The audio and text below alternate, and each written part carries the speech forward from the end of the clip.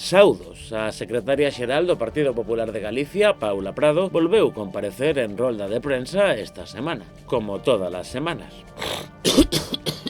En serio, unha rolda de prensa de Paula Prado. E para iso tanta presa? Estamos en plena época de quintudemia ou quintupandemia ou como se chame. Estou enfermo. Ademais, o das baixas laborais flexibles aínda non está aprobado. Nin se aprobará, seguramente, como vai facer iso o goberno máis progresista da historia segunda parte.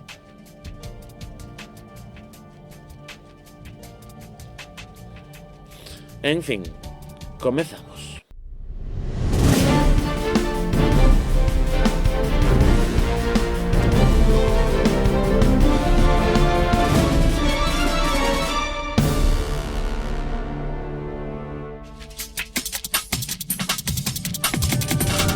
A comparecencia da secretaria xeral do Partido Popular de Galicia non aportou nada novo. Xa sabía eu que non ia aportar nada novo. Que pasa, que non vedes a Televisión de Galicia? Todas as comparecencias de calquera membro do Partido Popular e por extensión do Goberno de Galicia son iguais. Se alguén critica algo é que están manipulados pola oposición, porque se exixen unha cousa a que se comprometera por escrito o Partido Popular e non a cumpre, a culpa é súa, que se deixan intoxicar. Está claro que España debe parecerse máis a Galicia e adoptar o noso modelo de política útil e centrada nos problemas reais da xente. Non nos escoita, non nos atende, non nos recibe, confunde ca súa linguaxe por medio da prensa, entonces os ofendidos somos nós. Nós non estamos facendo nada máis que defender o direito de calidade de vida de nosos fillos, por encima de todo, porque hai un compromiso firmado. Yo quería lanzar también un mensaje a las familias de que no se dejen intoxicar. Los que sí están intoxicando a la sociedad ourensana son ellos con su terminología que confunde a todo el mundo. No vamos a tolerar descalificaciones de ese tipo, ni intoxicaciones, ni que estamos mal informados, ni que... No, sabemos muy bien lo que queremos y por lo que estamos luchando. Y ellos tienen muy claro desde el primer momento qué es lo que demandábamos. No Partido Popular falamos do que lle importa a xente. Por que pedides e exixides unha xestión pública? Primeiramente porque foi acordo que eles tiveron con nós, que foi a exixencia clara dende o minuto 1, que tiña que ser xestionado directamente pola Xunta de Galicia, polo cal, primeiramente, a súa palabra non sei o que vale. A política que serve do Partido Popular. Sí que solicitamos esta semana unha entrevista de novo con ca señora conselleira de Política Social. Foi solicitada por rexistro. Entón, a ver se nos contesta desta vez, porque a anterior xa pasaran 3 meses, entonces volvemos a solicitar outra. A ver se desta vez nos contesta e nos chama. Mentres o Goberno Central segue instalado e impulsando un recorte democrático e pensando únicamente en salvarse da súa maraña de corrupción. ¿No sería mucho más sencillo hablar con nosotros? ¿No sería mucho más sencillo sentarnos, hablar, exponer y debatir? Pero claro, ¿qué pasa? Que no están acostumbrados a debatir. No saben lo que es debatir, porque yo decido esto y yo hago esto. Yo a eso no le llamo una democracia. Vale, la democracia es outra cosa. Nesta comparecencia ante a prensa, a secretaria xeral do Partido Popular de Galicia volveu poñer en valor a súa maioría absoluta, porque os 700.491 votos do Partido Popular de Galicia nas eleccións autonómicas do ano pasado impiden que as 706.790 persoas que votaron a partidos políticos de esquerdas poidan manifestar ningún tipo de rexeitamento. Xa se sabe que unha maioría absoluta reiterada no tempo impide que as persoas que non conformaron esa maioría absoluta protesten. Onde se viu tal cousa. Un dos temas tratados nesta rolda de prensa foi a polémica autoestrada AP9 e a súa non gratuidade. A secretaria xeral do Partido Popular de Galicia volveu lanzar o argumentario do partido. É dicir, a autoestrada AP9 é carísima e é todo culpa do goberno e o Partido Popular nada ten que ver con iso. Aínda que se non fose pola prórroga na concesión desta autoestrada concedida no ano 2000 polo goberno de José María Aznar, do Partido Popular, non esquezamos, esta autoestrada estaría a día de hoxe liberada da peaxe. Esta política que serve do Partido Popular contrasta coa política que obstaculiza do Partido Socialista. Os alcaldes das dúas cidades máis poboadas de Galicia tamén levan a cabo o seu propio combate. Esta vez, nesta ocasión, pola AP9. Se Abel Caballero fai unha fronte con Pontevedra para pedir a súa gratuidade, pois, aínda que sexa ficticia, porque el sabe perfectamente o que pensa o Goberno de España, pois Inés Rei di que non quere saber nada de frontes comuns. Mentras tanto, os únicos perxudicados son os galegos e galegas que seguen pagando as peaxes máis caras do Estado e agardando pola gratuidade que o Partido Socialista prometeu durante a campaña electoral. Por iso, seguiremos insistindo tanto na transferencia como na gratuidade dunha autoestrada vital para Galicia. A postura do Partido Socialista nesta cuestión, como noutras, é un pouquiño complexa, porque, malia criticar esta ampliación da concesión, por parte do Partido Popular, ante a Unión Europea vense obrigados a defendela, porque senón o Estado debería pagar unha cuantiosa indemnización á empresa concesionaria, aínda que esa ampliación da concesión fora irregular. Todo isto porque non sabemos por qué, así que non imos insistir. Pero o grosso da comparecencia de Paula Prado tivo que ver con outro dos temas máis polémicos da actualidade política, Altri. Paula Prado confirmou o apoio incondicional do Partido Popular a Altri, porque negar este proxecto sen estudalo podería ser unha prevaricación. Esta defensa dos técnicos da Xunta de Galicia, máis o retraso destes informes técnicos que ían estar, en palabras do presidente da Xunta de Galicia, xa en 2024 e aínda non están, pode levar a pensar que o Partido Popular está defendendo o polémico informe do Consello da Cultura Galega sobre Altri, un informe que remarcaba en todos os seus apartados a escaseza da información presentada pola empresa, unha escaseza de información que podería motivar que os distintos organismos da Xunta pidan información complementaria. A política que obstaculiza é a mesma que aplica en Galicia o Bloque Nacionalista Galego. Esta semana coñecíamos a carta de 3 alcaldes deixando claro que non queren un futuro mellor para os seus veciños. Estamos falando de Melide, Arzúa e Santiso. E fano ademais, prevaricando, pedindo que os trámites para a instalación de Altri nin sequera se analicen e non sigan adiante. Eu, como dixo onte a conselleira, nunca lle pediría a un alcalde do Partido Popular que prevaricase. E tampouco lle diría que solicitara unha reunión co presidente da Xunta para falar únicamente de conxeturas. Pois estamos con Eduardo Corbelle, enxeñeiro forestal de Montes, profesor na Universidade de Santiago, no campus de Lugo, e fuches un dos elaboradores do polémico informe sobre Altri, fuches coordinador deste informe. Se te pido un resumen así breve das 180 páxinas do informe, un top de cousas significativas que a xente ten que saber sobre este proxecto.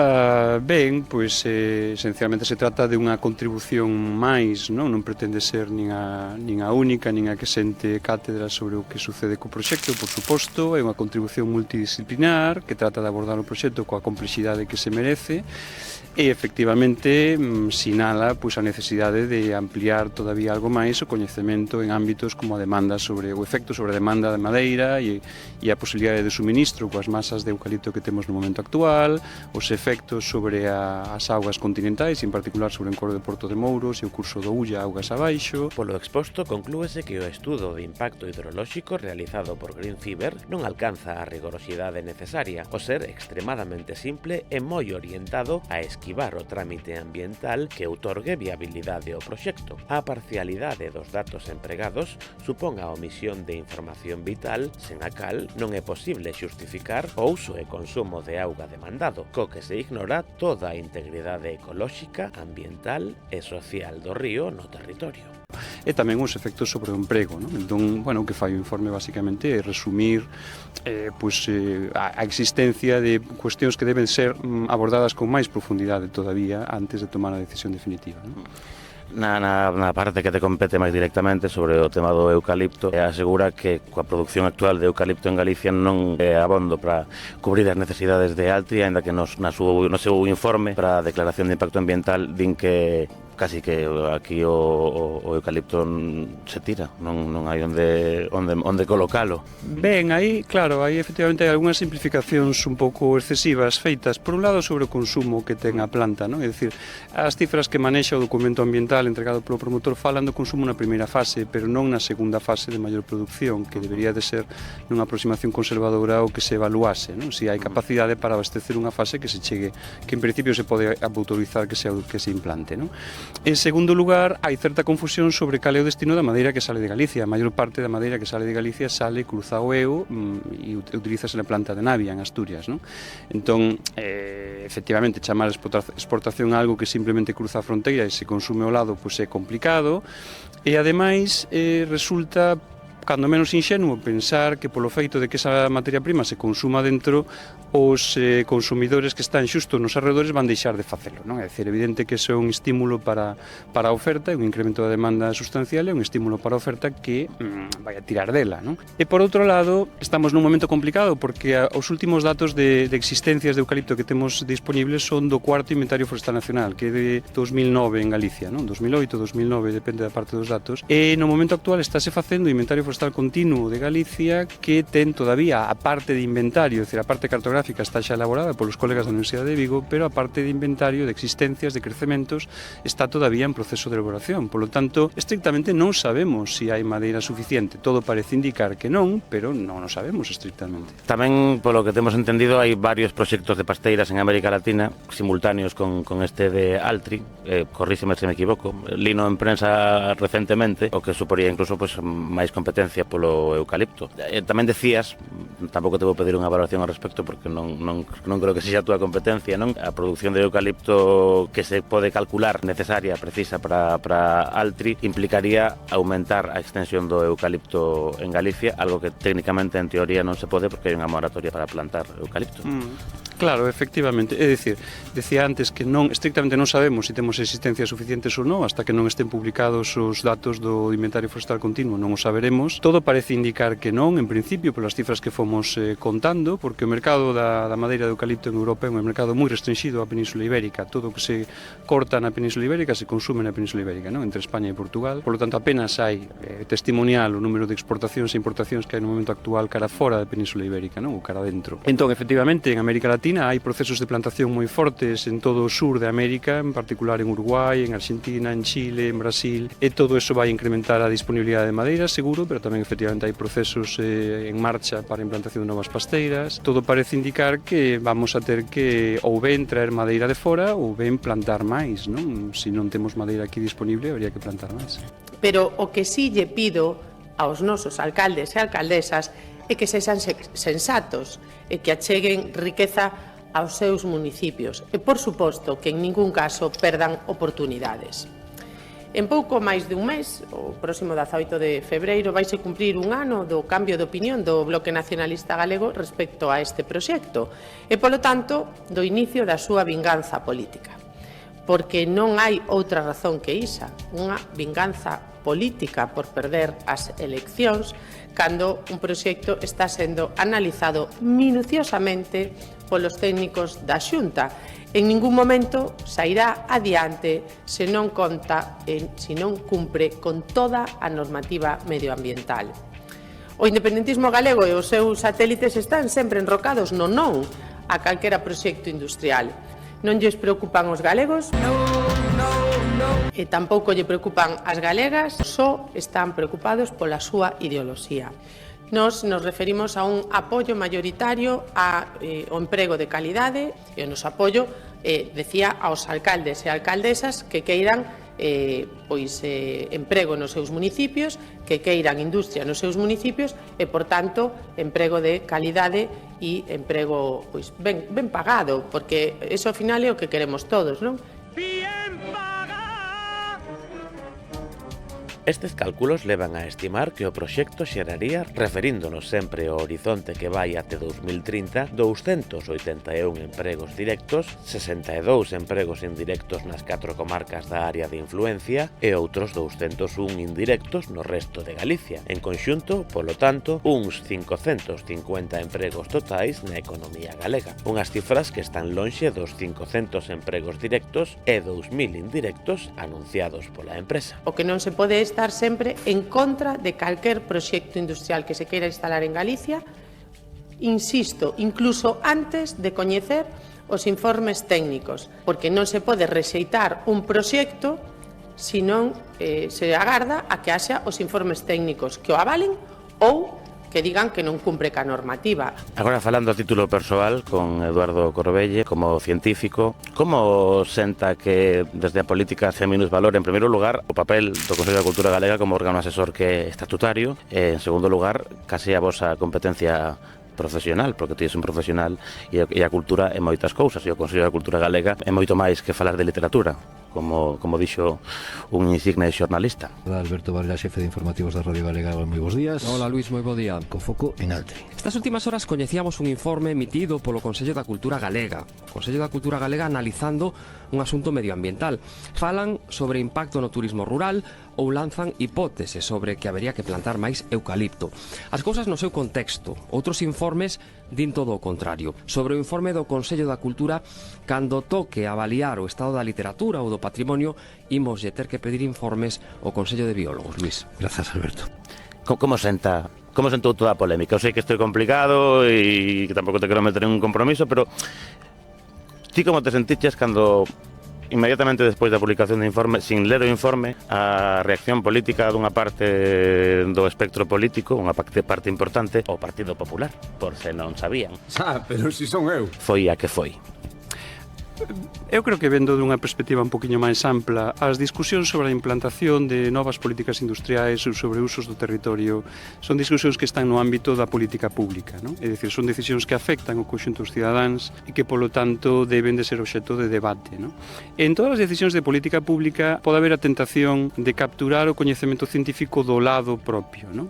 O coñecemento científico está caracterizado por certezas e incertezas. O coñecemento científico non é unha verdade absoluta, non? Está sempre sometido a revisión, non pode afirmar de maneira inequívoca o que pasará no plazo de 75 anos, que é o plazo previsto para o funcionamento desta planta, pero pode aventurar algúns coñecementos ou algunhas cousas que sí podemos ter unha idea máis clara de que pode suceder, non? Decía entón que hai unha tentación ás veces de capturar ese coñecemento científico para un bando ou para outro, e ademais de reducir a discusión da política pública a unha discusión exclusiva sobre ese coñecemento científico, non? E en realidade é un debate, os debates sobre este tipo de intervencións é un debate que trascende e que debe de incorporar as dúas componentes, é dicir, hai unha componente técnica, efectivamente, que debe de declarar o máis honestamente posible, con toda franqueza, que é o que o coñecemento actual pode afirmar sobre o que se está planteando, e iso debe servir para informar e para fundamentar as posicións dun debate que é social, que é amplio e que vai máis alá e que ten que ver co que queremos facer co territorio no que vivimos, non? Polo tanto,